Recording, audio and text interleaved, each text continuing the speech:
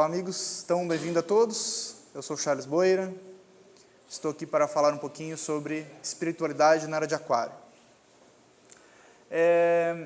Inicialmente, gostaria de falar que eu não sou astrólogo, então se tiver algum astrólogo presente e eu falar alguma coisa muito incorreta, me perdoem, mas eu considerei esse um tema importante quando desenvolvi essa palestra, porque existe muita desinformação sobre o assunto, ou ao menos assim eu considero. Na internet e mesmo no meio espiritualista existem muitas informações erradas. Eu trouxe alguns dados, algumas informações para a gente entender um pouquinho do que se trata a Era de Aquário, o que a gente pode esperar dela, e também algumas reflexões para que possamos pensar juntos sobre possíveis perigos e enganos sobre esse assunto. Bom, então, inicialmente, do que se trata, né? Então, astrologicamente, nós temos o grande ano, que ele dura, né, em torno de 25 mil anos, 868, para ser mais exato, mas vou utilizar aproximações para facilitar para a gente. Então, existe esse grande ano, onde, devido à rotação do eixo da Terra, nós passamos por 12 eras, os 12 signos do zodíaco.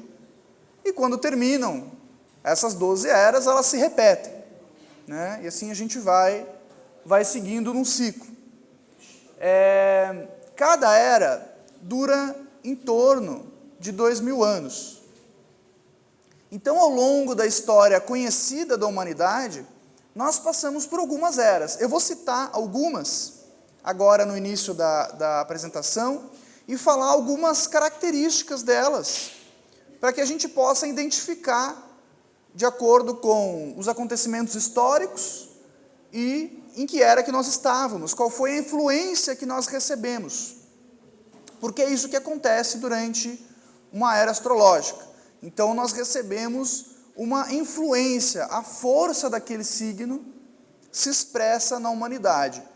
E como nós vamos reagir a isso, nós como indivíduos, e também nós no coletivo, como humanidade, depende do nosso grau de maturidade e tudo mais. Bom, então aqui algumas datas aproximadas, só para a gente poder se situar. Então nós tivemos a Era de Leão, que foi aproximadamente 10 mil anos a 8 mil anos antes de Cristo. Depois nós tivemos a Era de Câncer, aproximadamente de 8.000 a 6.000 antes de Cristo. Era de Gêmeos, 6.000 a 4.000 antes de Cristo. E mais recente, as que eu vou dar uma atenção maior na apresentação, a Era de Touro, que foi aproximadamente 4.000 anos a 2.000 anos antes de Cristo. Era de Áries, 2.000 até o ano zero, aproximadamente, né? Não é exato. A Era de Peixes, a qual alguns dizem que estamos saindo, alguns dizem que ainda não saímos. Então, há discordância entre os astrólogos. Eu vou apresentar algumas hipóteses, de acordo com diálogos que eu tive com alguns astrólogos, alguns da Sociedade Teosófica, inclusive. E para a astronomia, aí já é um outro cálculo, né? Para a astronomia, a Era de Peixes vai até aproximadamente o ano 2600. Mas aí já é um outro assunto, né? Estamos na astrologia. E a Era de Aquário, que supostamente, segundo alguns astrólogos, estaríamos agora adentrando nela, começando a receber a influência. Alguns dizem que a gente já entrou no século passado, alguns dizem que ainda faltam alguns anos, né? E para os astrônomos só em 2600. E depois vem a Era de Capricórnio, lá no ano 4000 em diante, aproximadamente. Bom, Eu trouxe aqui alguns dados rápidos, né? O tema central é a Era de Aquário, mas eu acho interessante a gente olhar para trás e entender, identificar por onde nós passamos e como isso nos influenciou. A Era de Touro, então, aqui umas datas mais aproximadas, né? 4.500 a 2.300 a.C. O que nós tivemos, né? O que é o signo de Touro? Simplificadamente. Então, é um signo de terra, do elemento terra, regido por Vênus. Vênus é um planeta que expressa aspectos femininos. E nós tivemos, né, o signo de Touro é um signo de trabalho, tem muita relação com a terra.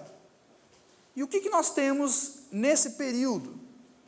Nós temos o início, ou o ápice do início, né? Claro que já existiam técnicas agrícolas antes da Era de Touro, mas o início da agricultura se expressando de maneira a permitir que o ser humano deixe de ser nômade e passe a ser sedentário. Comece a se agrupar em alguns locais, e aí a gente tem o início, né, de grandes civilizações, como a Suméria, e posteriormente, né, Babilônia, e assim por diante.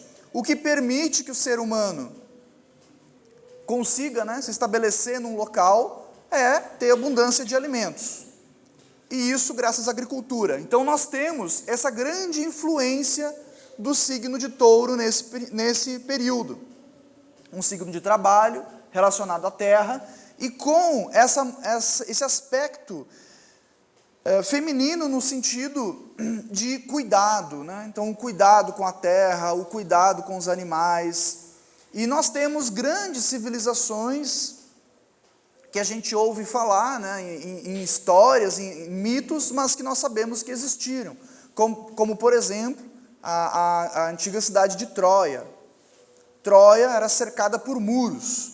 Então, é um aspecto bem feminino, né, de se proteger.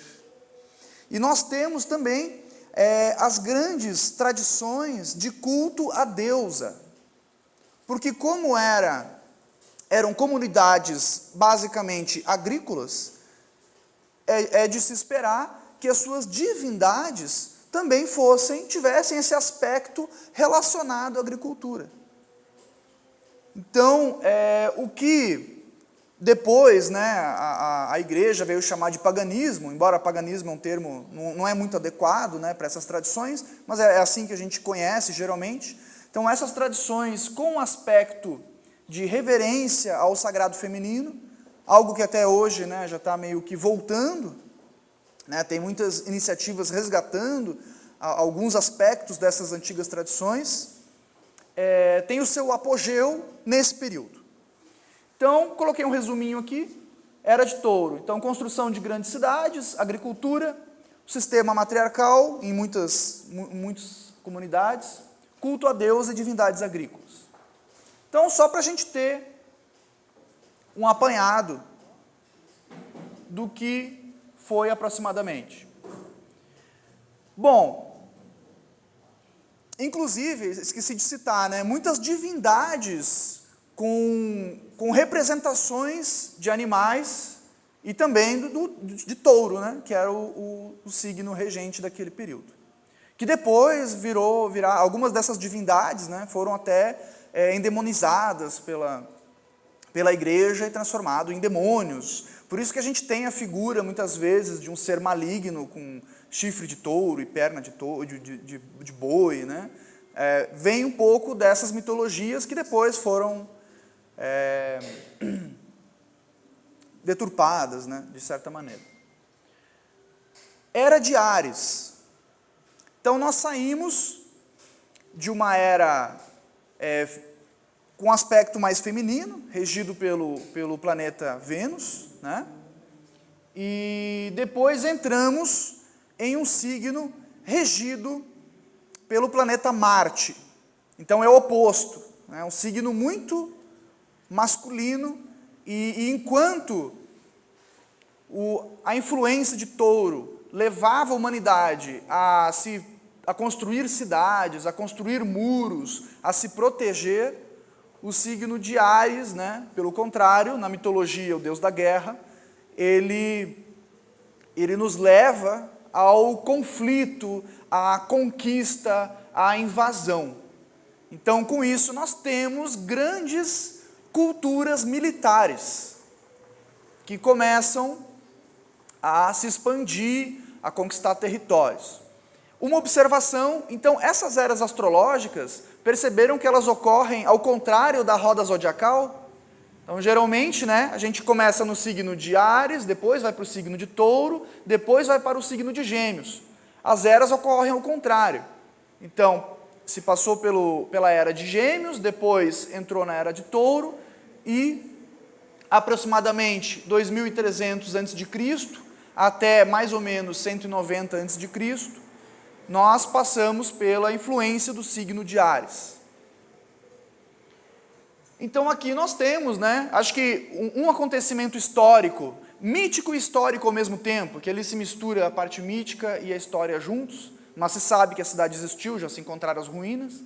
Eu acho que a Guerra de Troia é um fato histórico e mítico ao mesmo tempo, né, que representa bem o fim da Era de Touro. Então nós temos uma cidade de cultura agrícola ali, fechada, se protegendo, e nós temos o grande exército grego indo lá e invadindo, né, depois de uma guerra que durou quase 10 anos, dizimando aquela cultura, praticamente. Há quem acredita, né, que depois a civilização de Troia deu origem ao que depois veio se tornar a civilização romana. Bom, existe também uma referência, todas as literaturas sagradas misturam essa parte mítica com fatos históricos. No Antigo Testamento, nós temos Moisés ficando muito irritado quando ele testemunha as pessoas cultuando o bezerro de ouro. Lembram dessa passagem? O bezerro de ouro, de certa maneira, ele representa, né, a veneração ao signo de Touro. E Moisés, sendo uma representação, né, não sei se avatar seria a palavra correta, talvez um Manu da era de Áries.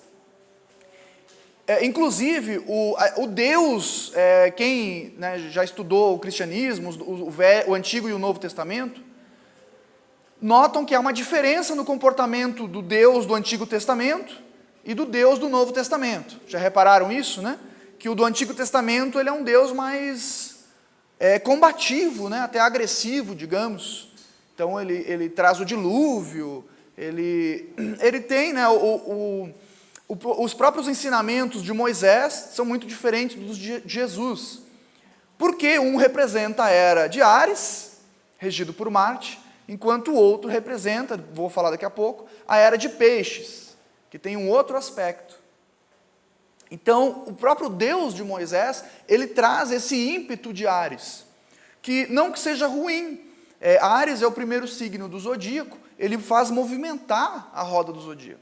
Né? Então, ele é um signo do elemento fogo e com muita energia. Então, nós temos as grandes navegações e assim por diante, né? E, por consequência, também muitas guerras.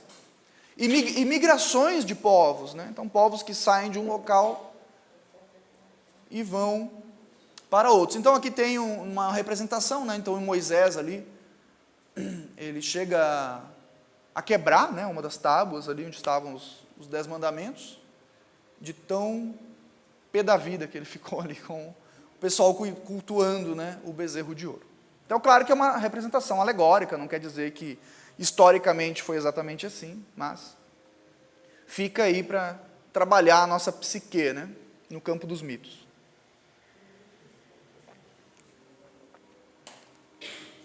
Bom,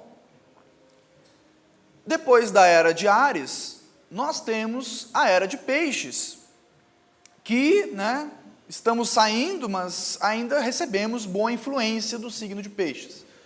E é a nossa história recente, então é mais fácil da gente observar os efeitos, como que esse essa força astrológica nos influenciou. Peixes é o último signo do zodíaco. Teoricamente, ele seria a era mais espiritual, né? Poderíamos dizer assim. Porém, se mal aspectado, acontece o que aconteceu nos últimos 2000 anos, que não foi assim tão espiritual, né? Mas nós tivemos grandes reformadores, tanto antes do início, né? Então o final da era de Áries, nós temos grandes almas que vêm para o mundo, em todo o mundo. Então nós temos Zoroastro, nós temos Lao Tse, nós temos Confúcio, o príncipe de Siddhartha Gautama, né? O Buda Shakyamuni, Pitágoras, os filósofos gregos, né? Os filósofos clássicos ali, Sócrates, Platão, todos esses, eles são meio contemporâneos. Eles vêm no final da era de Áries para dar um freio na humanidade, assim, né? Para trazer algo menos militar, né? O pessoal estava se matando demais, estava ali no olho por olho, dente por dente, então estava difícil no sentido transcendental. E o considerado avatar, né, da era de peixes, então seria o Cristo, né? Claro que aí também a gente tem que saber que tem fatos históricos misturados com referências mitológicas, que obviamente nessa palestra não dá para aprofundar, né? Mas, então, por exemplo, todos aqui já viram o símbolo de um peixe escrito Jesus dentro, né? Às vezes a gente não para pensar o porquê que é esse símbolo, porque ele é o avatar da era de peixes. E a questão do peixe está, na sua história de vida, né, no Novo Testamento, está amplamente representado. Os primeiros discípulos dele, os apóstolos, né, os primeiros que ele encontra, os primeiros seguidores dele, são 2 pescadores. Sempre 2, né? 2 pescadores, porque o signo de peixes é representado por 2 peixes. Posteriormente, tem uma passagem que Jesus alimenta a multidão,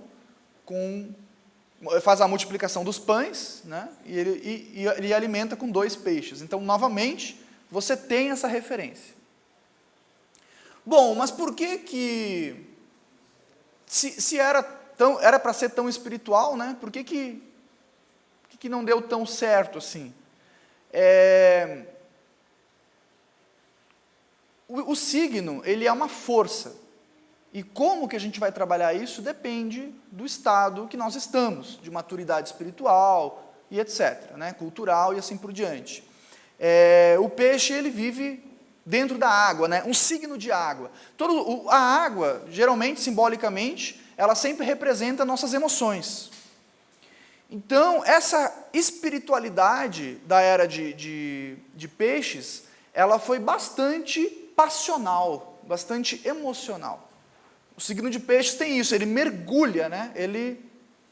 Tanto que é um signo que, se mal aspectado, pode, né, ter relação com alcoolismo e outras coisas assim, porque ele mergulha, ele é muito intenso. Os signos de água, todos eles são muito intensos, né, na parte emocional. E me parece que essa característica foi bem representada, né? Porque nós tivemos muitas guerras religiosas. Pensem em quantas guerras religiosas nós tivemos nos últimos 2000 anos. Né? Quase todas tiveram alguma influência religiosa. Então, as cruzadas, né? A Santa Inquisição, e muitas perseguições religiosas, caças bruxas e outras coisas. Então, nós vemos a religião, na era de peixes, muito intensa, a religiosidade realmente era muito intensa, só que um pouco indo para o lado da fé cega. Né?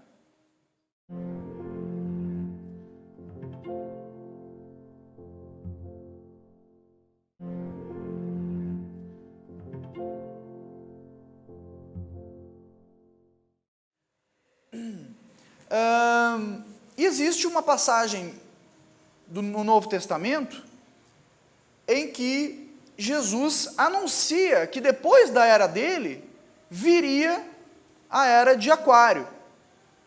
Inclusive, muitos associam isso ao fim do mundo, né, ao fim dos tempos, quando muitas vezes as literaturas místicas e míticas, elas falam no fim de íons, o fim de eras.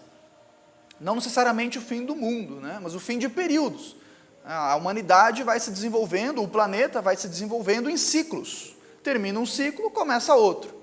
E tem uma passagem que ele diz, ao entrarem na cidade, vocês encontrarão um homem carregando um cântaro, pote, né, de água. Sigam-no até a casa em que ele entrar.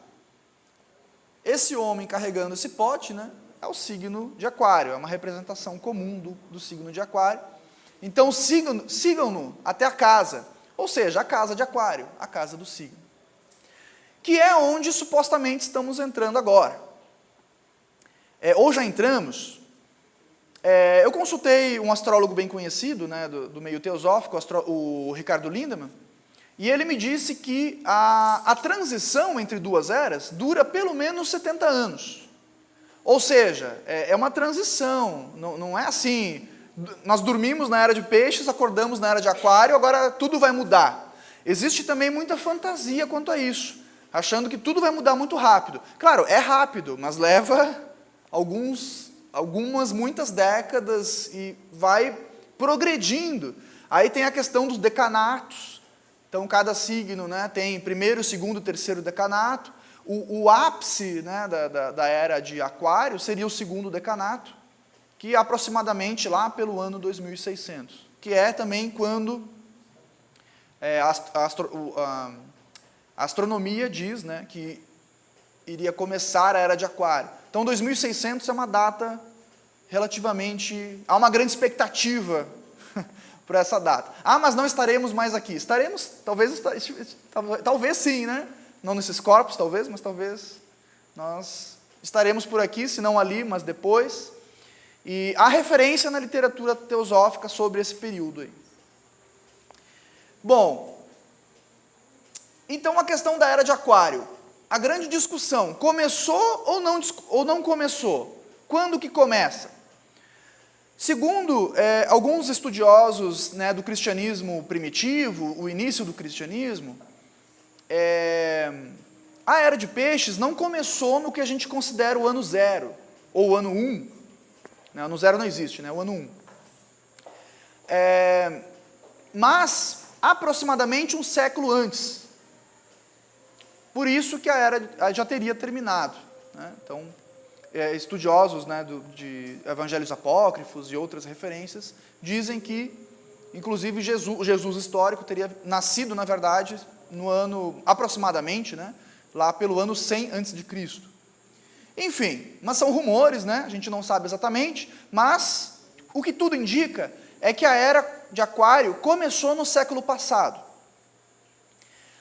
Aí, alguns consideram alguns marcos do início da era de Aquário, lembrando que leva pelo menos 70 anos a transição. Ou seja, todo o século XX foi a transição dessas duas eras, e nós ainda estamos nessa transição. Alguns dizem que foi quando o homem pisou na Lua, que esse teria sido um grande marco para a humanidade.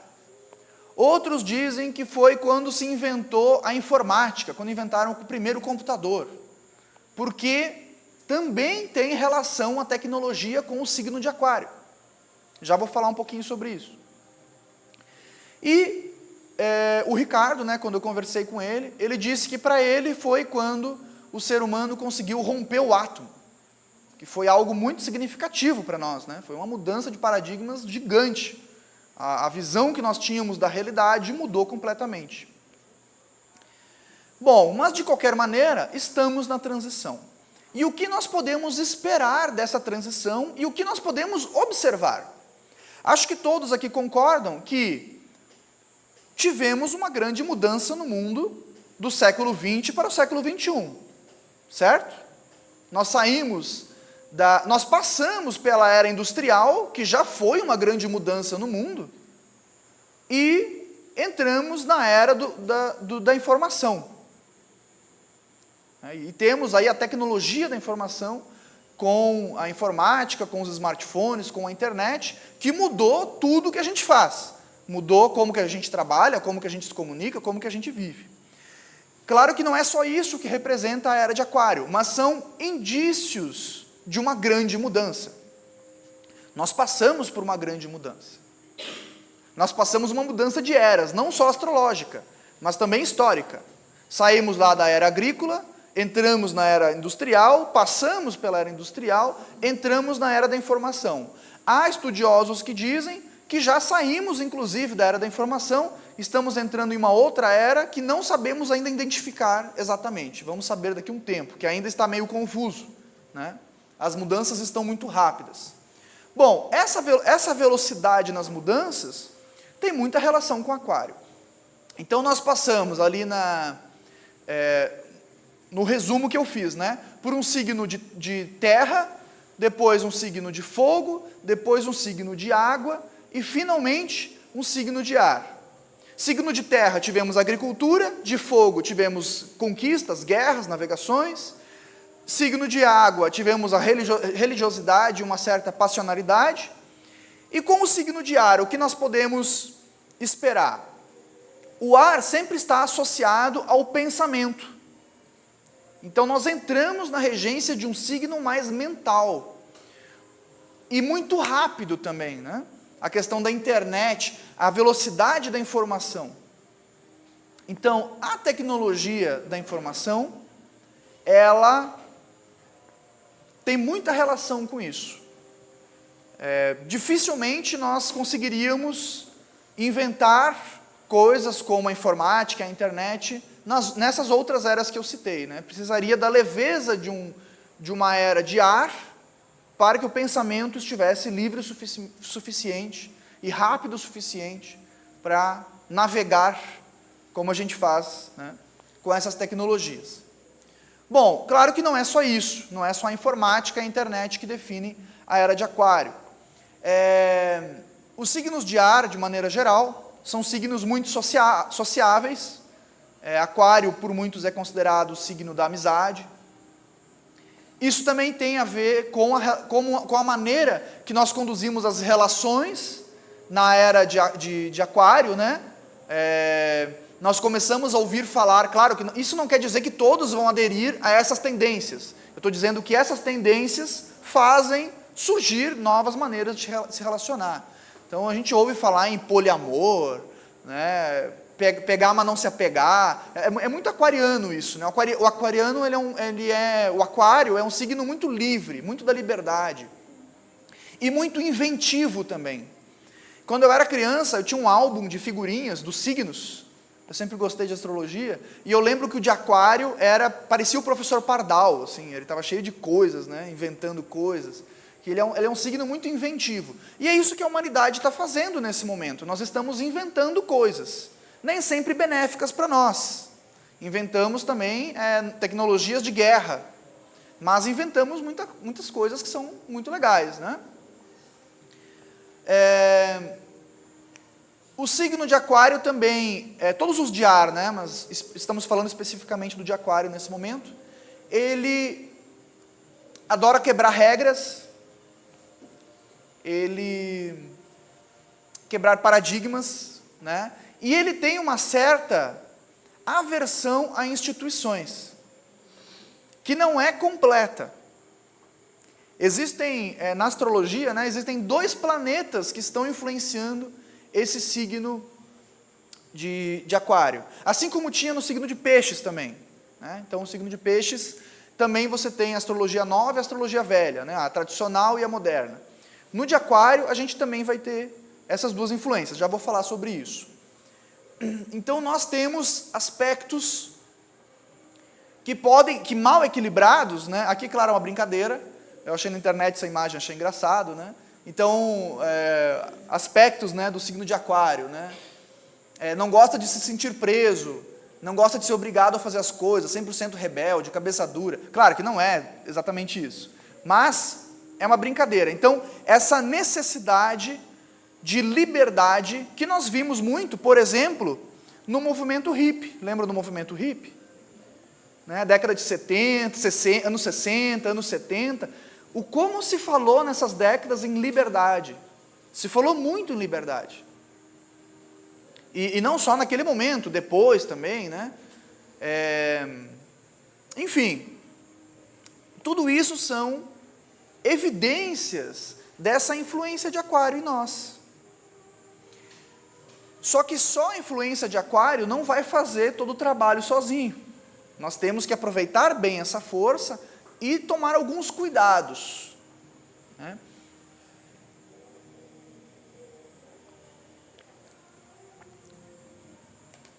Por exemplo,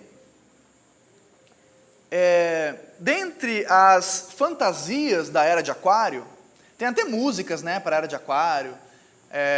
Nós tivemos o movimento, assim como o movimento hippie, tem muita relação com essa transição de eras, o próprio movimento Nova Era, que influenciou a música, influenciou a arte, né, ele é totalmente aquariano, esse movimento. Só que há muitas fantasias e desinformações quanto a isso. Há pessoas que acreditavam que na nova era toda a humanidade ia ser feliz, todo mundo ia se amar, né, ia ser um paraíso na Terra, como é o nome do lugar onde eu moro. Será que, agora, olhando os noticiários e as coisas que estão acontecendo no mundo, claro, existem muitas coisas boas, né, enfim, 20, 30 anos atrás, nem se falava em ecologia, por exemplo, né? Hoje é um assunto que está em evidência, e um conceito que se desenvolveu, tanto no meio acadêmico, quanto no meio social. Então, tem muitas coisas melhores do que, como eu digo, né? O mundo está ruim, mas está bom. Está ruim, mas, olhando para trás, né? Se a gente olha lá, Santa Inquisição, Idade Média, está bom, né? Já foi pior. Mas há essa fantasia de que todo mundo ia se amar, todo mundo ia ser feliz. Será que no mundo hoje está todo mundo se amando e todo mundo feliz? Será que ainda não tem conflitos?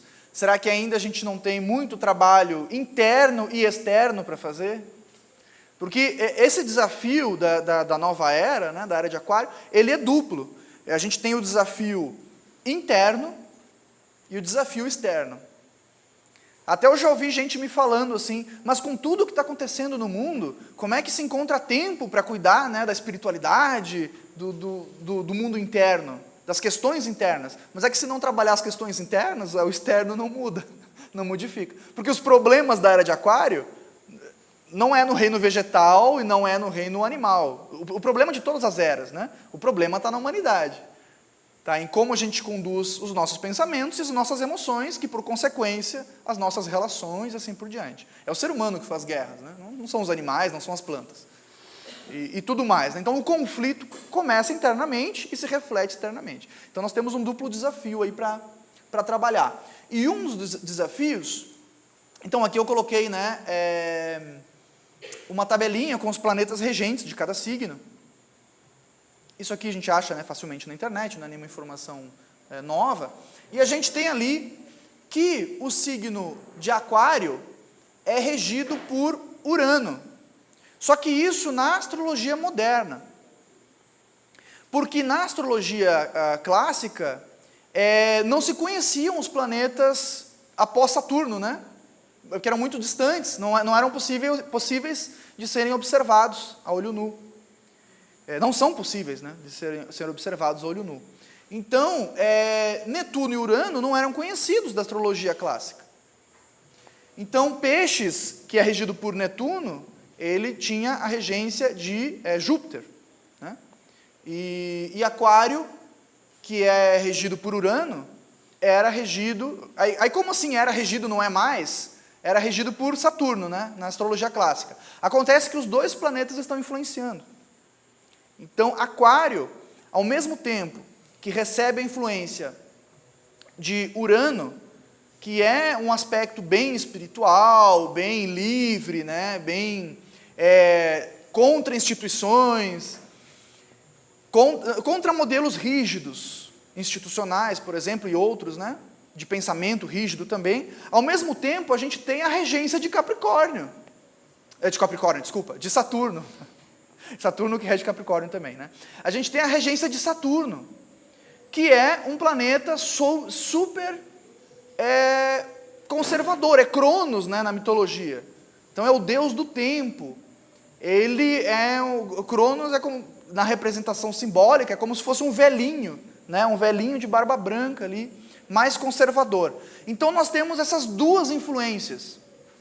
E se a gente quer trabalhar bem essa era de Aquário, a gente tem que encontrar o equilíbrio. Como? Evitando, por exemplo, alguns perigos. Essa empolgação que a gente teve no início da era de Aquário, no início da transição, ela teve alguns malefícios, né? Teve algumas consequências não tão positivas. Como, por exemplo, a busca de liberdade, mas somente pela liberdade. Mas será que a gente consegue ser livre, de fato, se a gente não trabalhar essas questões interiores? Porque eu posso ser livre das regras sociais, por exemplo.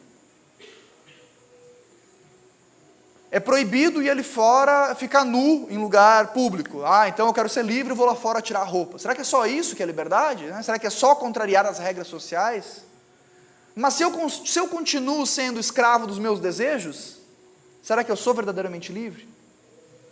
Né? Se eu estou só realizando desejos, né? Só cumprindo o que o meu lado animal e animalesco está me ditando. Será que eu estou realmente lutando por essa liberdade? Ou será que para ser verdadeiramente livre, eu preciso ter um pouco de consciência, de responsabilidade e de equilíbrio? Há quem diga que liberdade começa com responsabilidade.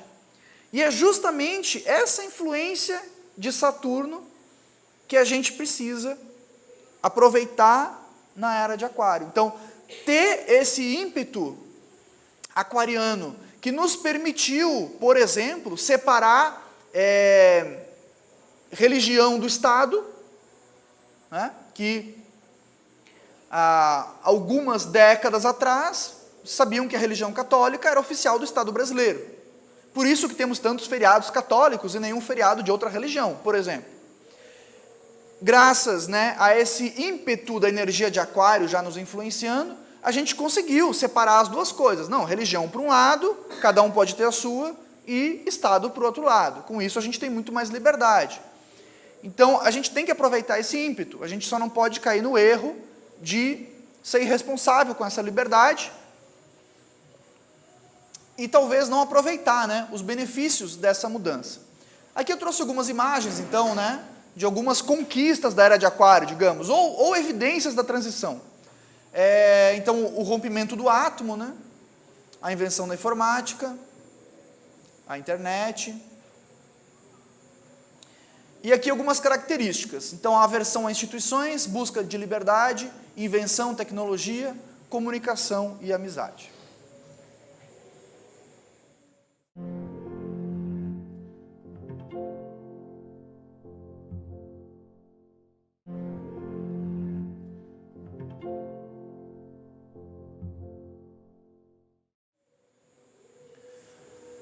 Aqui uma imagem que representa muito a espiritualidade na era de Aquário, que é o holismo, que inclusive a sociedade teosófica ela tem sua parcela de responsabilidade, né, com a propagação e o surgimento, né, do movimento holístico no mundo. A sociedade teosófica foi uma das primeiras instituições no Ocidente, se não a primeira, que estudava várias tradições, vários pensadores diferentes e assim por diante. E estudando ciência, com religião, com metafísica e com filosofia e assim por diante. E com isso, claro, não levem isso tão a sério, né, uma brincadeira, nós criamos um monstro, que é o holismo. Um monstro no bom sentido. O holismo é maravilhoso no sentido que nos permite extrair o melhor de cada tradição, mas ao mesmo tempo ele é um monstro que pode nos engolir em um ciclo, porque existe uma diferença entre extrair o melhor de cada tradição, estudar várias tradições, isso é maravilhoso. né? Você poder montar o quebra-cabeça, tirar o que é deturpação, o que é fanatismo, o que é interesse político na religião, e pegar só a essência, só o que é realmente espiritual, e fazer esse estudo comparativo, como é feito na Sociedade Teosófica. Isso é maravilhoso. Só que extrair a essência, o néctar, o melhor de cada tradição, é diferente de extrair só o que me é conveniente. Porque existe um perigo aí, é o fio da navalha, é uma faca de dois gumes. Porque a gente pode cair facilmente nesse erro, de ao invés de estarmos nos beneficiando de ferramentas sólidas, como são, né, a yoga, as tradições orientais, a prática da meditação, aí existem várias práticas, são ferramentas maravilhosas para o ser humano se desenvolver. Muitas até, né, a meditação, os benefícios da meditação são conhecidos pela academia científica, né, tem escolas que já aplicam isso com os alunos. Então, esses benefícios que a gente tem que colher. Agora, isso é diferente de, como me disse alguém uma vez, né, fazer como mosca de padaria, que faz um cocôzinho num bolinho, aí vai no pãozinho, faz o cocôzinho, né? Tipo, ela vai indo de pãozinho em pãozinho e não extrai nenhum benefício e também não faz bem para aquelas tradições, né? Não ajuda, não contribui e não se beneficia. Por quê? Porque não estudou o suficiente para extrair o que era realmente verdadeiro. Então, no holismo, claro que eu não vou citar nomes, né, nem exemplos muito concretos, mas aí fica a reflexão e investigação de cada um, mas nós temos muita desinformação. Não sei se concordam comigo, mas a gente vai na internet, se a gente digitar, inclusive, teosofia, ou, pior ainda, né, aí chega a dar uma dor no peito, né, digita o nome dos mestres de Blavatsky na internet, para ver o que vocês vão encontrar, né? Então, 99% é desinformação. São informações erradas. São pessoas que se apropriam daquilo ali, são cegos guiando cegos. Então, é importante isso. A gente vai estudar tradições, é ótimo e maravilhoso, mas a gente tem que fazer isso com responsabilidade para extrair benefício delas e para beneficiar elas também. Porque, às vezes, a gente pode deturpar as tradições. A gente pode transformar elas em coisas tortas, ferramentas que eram muito úteis, em algo meio, um monstro, assim, né? Uma colcha de retalhos. Então, alguns perigos, né? Então, eu coloquei aqui, selecionar somente o que é conveniente, confundir liberdade com indisciplina, confundir, aqui eu vou trazer um tema polêmico, mas vou falar rapidamente, confundir busca espiritual com dependência química. Eu, particularmente, tenho pessoas que eu conheço do meu meio, do meu convívio, que para eles busca espiritual é a rave, né? Nada contra a rave, as pessoas têm que se divertir também. Mas se alguém fosse se iluminar com LSD, iria se iluminar na década de 70, né? O pessoal tentou na década de 70. Não funciona, não funcionou. Não é assim que se ilumina. Então, e isso é algo muito grave, é algo que a gente pode perder a reencarnação. Às vezes a pessoa, numa busca espiritual mal conduzido, mal orientado, a pessoa pode participar, né, de algumas coisas que deixam sequelas para o resto da vida. E nessa vida você não vai ter mais grandes progressos, porque você ficou com sequelas, né? Então, isso é muito grave. Isso é muito grave. Muito perigoso. Então, fico alerta. Aí cada um, dentro da sua própria investigação, vê se vale ou não um alerta. E investigar os credos, né, de acordo com o nosso desejo. Então, por exemplo, eu vou lá estudar... Opa, fui rápido. Já vou chegar no Krishnamurti. Eu vou investigar o budismo. Aí eu começo a investigar várias coisas. Aí eu vejo algo, mas isso aqui não me agrada. Não, mas você está dizendo que tem que parar de comer certos tipos de alimentos. Não, mas isso aqui eu não... Claro, você não é obrigado a seguir. Se você não quer se tornar budista, você não precisa seguir aquilo ali. Mas, houve um ensinamento. Depois você avalia se você vai adotar ou não. Você não é obrigado a adotar, óbvio. Mas vê o que a tradição está dizendo, né? Não fica tapando o sol com a peneira, né? Porque esse é um caminho muito sério. A Blavatsky nos alertava, né? Blavatsky, cofundadora da Sociedade Teosófica e autora, né, de várias obras, ela dizia que esse é um caminho que, se você não vai levar com seriedade, é melhor nem começar. Porque acelera o karma, gente, não é brincadeira não. Então tem que... Se não é para levar a sério, nem começa. Nem vai, que vai ser melhor. Segue pela senda normal, não entra na senda acelerada, que vai dar problema. Bom, alguns pensadores que trazem características bem aquarianas. Trouxe um que é polêmico, né? Na sociedade teosófica tem quem goste, quem não goste, quem odeie, quem ame, quem acha que é o novo avatar, quem acha que não é. Enfim, não vou entrar no mérito de debater isso. Mas é inegável que o indiano Jiddu Krishnamurti, que foi praticamente criado, né, dentro da sociedade teosófica, filho adotivo da Nebeza, ele tinha um pensamento bem aquariano. Isso é inegável. O pensamento dele de total liberdade de padrões fez com que ele rompesse, inclusive, com a própria sociedade teosófica. Então, ele era tanto contra instituições que rompeu, né, com a própria sociedade teosófica, que era uma instituição que tinha bastante liberdade, tem bastante liberdade, né, a mais livre que eu conheço, assim, que você pode estudar qualquer coisa, pode discordar de qualquer coisa. Mas depois parece que ele recebe uma influência de Saturno, nesse aquário dele aí, e renega instituições, mas também cria instituições, porque Krishnamurti criou escolas.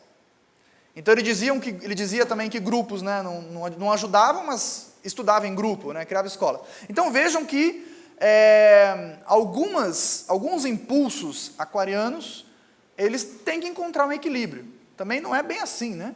Porque sozinho, Blavatsky fala na chave para a teosofia, sozinho, há uma pergunta, né, na chave para a teosofia, é possível seguir esse caminho sozinho?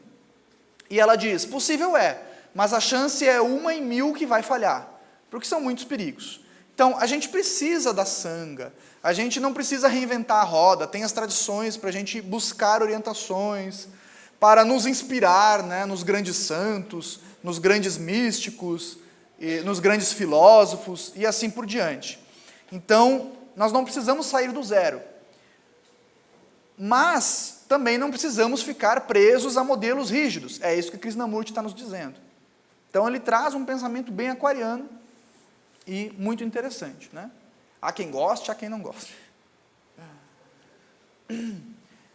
Eu trouxe uma outra figura também, que há quem goste, há quem não goste, né? O pessoal do movimento vegetariano não gosta muito, eu sou vegetariano também e também discordo dela nesse ponto, né? Porque ela é uma budista que não é vegetariana, porque a linha budista dela não... Enfim, então, não existe nenhuma figura unânime, né? Sempre tem quem goste e quem não goste, mas ela é uma figura, acho que é inegável, que ela é uma grande liderança espiritual hoje no Brasil, viva, né? Então a monja Coen, que inclusive já deu várias palestras na Sociedade Teosófica, no Centro Raja, em Itapecerica da Serra, São Paulo, já foi inúmeras vezes, e ela é uma figura muito interessante, brasileira, contemporânea, do nosso tempo, e ela tem uma história muito interessante, ela tem uma história muito aquariana, não sei se alguém conhece a história de vida dela. Ela foi do movimento hippie. Ela foi do movimento hippie, foi para os Estados Unidos, e ela foi para aquela liberdade responsável, inicialmente, né? Aquele impulso de quero ser livre de tudo, quero contrariar tudo. E inclusive passou, né, por alcoolismo, por dependência química, passou por tudo isso que praticamente aquela geração passou. Só que ela teve algo muito interessante, porque chega um momento que ela vê que não é por ali que ela vai encontrar a busca espiritual dela, que não é por aquele excesso, porque a questão é o excesso, né, um desequilíbrio. E chega um momento que ela vai buscar uma escola séria e um treinamento adequado, um treinamento sério. Isso não quer dizer que ela ficou com a mente fechada. Ela é uma pessoa que ela fala, quem vê vídeos dela e textos dela, entrevistas, ela fala sobre qualquer assunto, ela fala sobre qualquer tradição. Mas antes dela se tornar uma liderança espiritual, confiável, e antes dela fazer esse trabalho que ela faz hoje, ela foi para o Zen Budismo, que é uma escola séria, e ela fez o treinamento, ela foi ensinada, ela foi treinada. E inclusive ela diz que ela sofreu muito né? Foi difícil para ela era uma estrangeira no Japão, e os japoneses são muito amorosos, mas com estrangeiros eles são bastante resistentes para ensinar algumas coisas, né?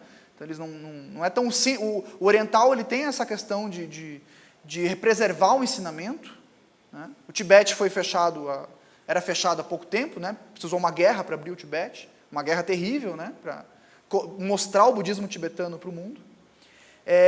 Então, ela teve esse momento de excesso e depois ela vai atrás da instrução. E faz o treinamento, não é fácil, foram vários anos, sofreu, pensou em desistir muitas vezes, mas buscou apoio na Sangha, né, na família espiritual, grupo de pessoas unidas com o mesmo propósito, e se tornou uma referência espiritual que esclarece muitas questões espirituais, né? A gente não precisa concordar com tudo que ela diz, mas certamente ela é uma referência considerável. Ela não é alguém para a gente ignorar, a gente pode concordar ou discordar, né? Mas ela é uma pessoa de relevância no cenário espiritual brasileiro, com certeza, um dos nomes mais conhecidos e respeitados atualmente, né? Bom, e a Sociedade Teosófica, onde é que entra nessa história? Porque a Sociedade Teosófica, ela surge também no final da Era de Peixes, e ela percorre esse período de transição e sobrevive até hoje. Estamos aqui desde 1875, estamos aqui na sede nacional, né, da Sociedade Teosófica no Brasil, falando sobre esse assunto. Sociedade Teosófica traz esse ímpeto aquariano nessa questão da liberdade que eu falei, né? Então, a liberdade de pensamento, que é protegida na Sociedade Teosófica. Esse é um aspecto interessante, que você pode ter inúmeros debates, as pessoas podem discordar, as pessoas podem até se irritar, elas podem até se ofender, mas elas não podem te remover da Sociedade Teosófica por você pensar diferente, né? Diferente delas. Então, é interessante, é a única instituição que eu conheço com esse nível de liberdade filosófica. Você pode entrar hoje na Sociedade Teosófica, nem ser membro, filiado, pode ser um simpatizante, frequentador, e você pode sim discordar da Blavatsky, ou do Tim Boyd, que é o atual presidente internacional, e tudo bem, claro, talvez você gere algum desconforto, né, com algum grupo de pessoas, não tem problema. Vai ter quem concorde, vai ter quem discorde, e é isso, e segue a nossa busca juntos, ninguém é mestre de ninguém, são todos estudantes, compartilhando o conhecimento, e de mãos dadas aí, né, tentando trilhar esse caminho, que sozinho, como disse Blavatsky, é possível, mas é bem difícil, quase impossível. Há uma passagem que diz que a Sociedade Teosófica foi escolhida como a pedra fundamental, o alicerce das religiões futuras da humanidade. Existem inúmeras interpretações para essa passagem. Eu vou dizer rapidamente, no tempo que me resta, como que eu entendo essa afirmação da Sociedade Teosófica ser a pedra angular, né? Tem uma outra tradução que diz a pedra angular das religiões do futuro. Eu até conversei isso recentemente com a Isis Rezende, acho que muitos aqui conhecem ela, e ela concordou comigo. Eu disse assim para ela, a impressão que eu tenho é que tudo que a gente estuda na literatura teosófica, que é uma literatura vasta, complexa, muitos consideram difícil, é somente... o que nós fazemos na Sociedade Teosófica é o programa de alfabetização básica espiritual. A gente acha que é difícil porque a gente é analfabeto para a espiritualidade. Nós ocidentais, na minha opinião, somos analfabetos espirituais. A gente não sabe, no geral, nada. A gente não sabe nada. A gente perdeu esse elo com as antigas tradições da Idade Média. Então a gente tem uma ciência materialista e uma religião dogmática. E nesse meio tem o hiato, que é a Sociedade Teosófica, é uma das iniciativas, né, para tentar costurar uma ponte entre esses dois extremos. Então, o que nós fazemos é um programa de alfabetização básica, na minha opinião. A Isis me confirmou, ela disse assim, é o beabá espiritual, ela concordou comigo. O trabalho que a gente faz, a gente não está na faculdade espiritual, a gente está no jardim de infância espiritual. Depois, aí tem outros níveis de instrução mais avançadas, né? Depois, aí é uma outra seara, que eu não vou entrar em detalhes por causa do tempo, e também para não fugir do tema. Mas a questão é que sem a alfabetização básica, você não vai para o programa mais avançado. Então não adianta ficar também, eu já ouvi muitas pessoas nesse espírito aquariano, eu faço o meu próprio caminho. Você precisa da alfabetização básica, depois você faz o seu caminho. Depois você pode ir para qualquer tradição, para o budismo, para o cristianismo. Depois que você entender como é que funciona o beabá, aí você vai ser um cristão melhor, você vai melhorar a sua religião, né? Você vai para o budismo, você vai ser um budista melhor. Depois que você entendeu isso, você entendeu o básico, aí você tem possibilidades de fazer alguma coisa. Todos nós podemos ter muita boa vontade, mas se nós fôssemos todos aqui analfabetos, claro, isso não impede que tivéssemos a nossa espiritualidade, fôssemos pessoas muito úteis para o mundo. Mas concordam que é uma limitação. Concordam que é uma limitação se nós fôssemos analfabetos? A gente não pode ler, a gente não pode escrever. Muitas possibilidades não estariam à nossa disposição. O mesmo vale para o caminho espiritual. Então, como eu vejo o papel da sociedade teosófica na era de Aquário? Ela não é uma religião, ela não é para ser uma religião, e eu não acredito também que as religiões do futuro que são citadas sairão dela, aí é opinião pessoal, né? Eu não acho que é esse o caminho, mas acho que o caminho é dar o alicerce mesmo. Né? Dar o alicerce, que como alicerce, como básico. Eu já participei de vários grupos espirituais, eu conheci a sociedade teosófica, frequentei, depois me afastei, demorei 10 anos para me filiar. E depois voltei. Um dos motivos que me fez voltar é que, frequentando outros grupos espirituais, eu percebi que, sem uma base teosófica, não tem muito diálogo possível, não tem diálogo que vai progredir possível, porque não tem, a gente fica no âmbito das opiniões. Né? Eu acho isso, eu acho aquilo. Claro, a gente pode achar o que a gente quiser, mas foge, né, do caminho do conhecimento, que acho que é o que a gente busca. A gente busca conhecimento, sabedoria, e não informações ao vento. Claro que existe um outro nível de aprendizado, onde os insights, a intuição, mas para tudo isso acontecer, a gente tem que fazer o dever de casa, até para a gente entender os insights e a nossa intuição. Porque às vezes a gente tem, mas não entende, porque a nossa mente não tem as ferramentas. A mente parece uma coisa banal, mas ela é o elo de ligação entre o espírito mais elevado e a matéria mais densa, que é, nas palavras de Helena Blavatsky, o ser humano. Né? Nós, seres humanos, somos o elo de ligação na Terra entre o espírito mais elevado e a matéria mais densa. E a mente é esse meio do caminho. Ela pode apontar para cima ou pode apontar para baixo. Né? Pode apontar para o materialismo, pode apontar para aspirações mais elevadas, espirituais e filosóficas. Acho que esse era o último slide. Eu agradeço a presença de todos e estou aberto a perguntas. Graças.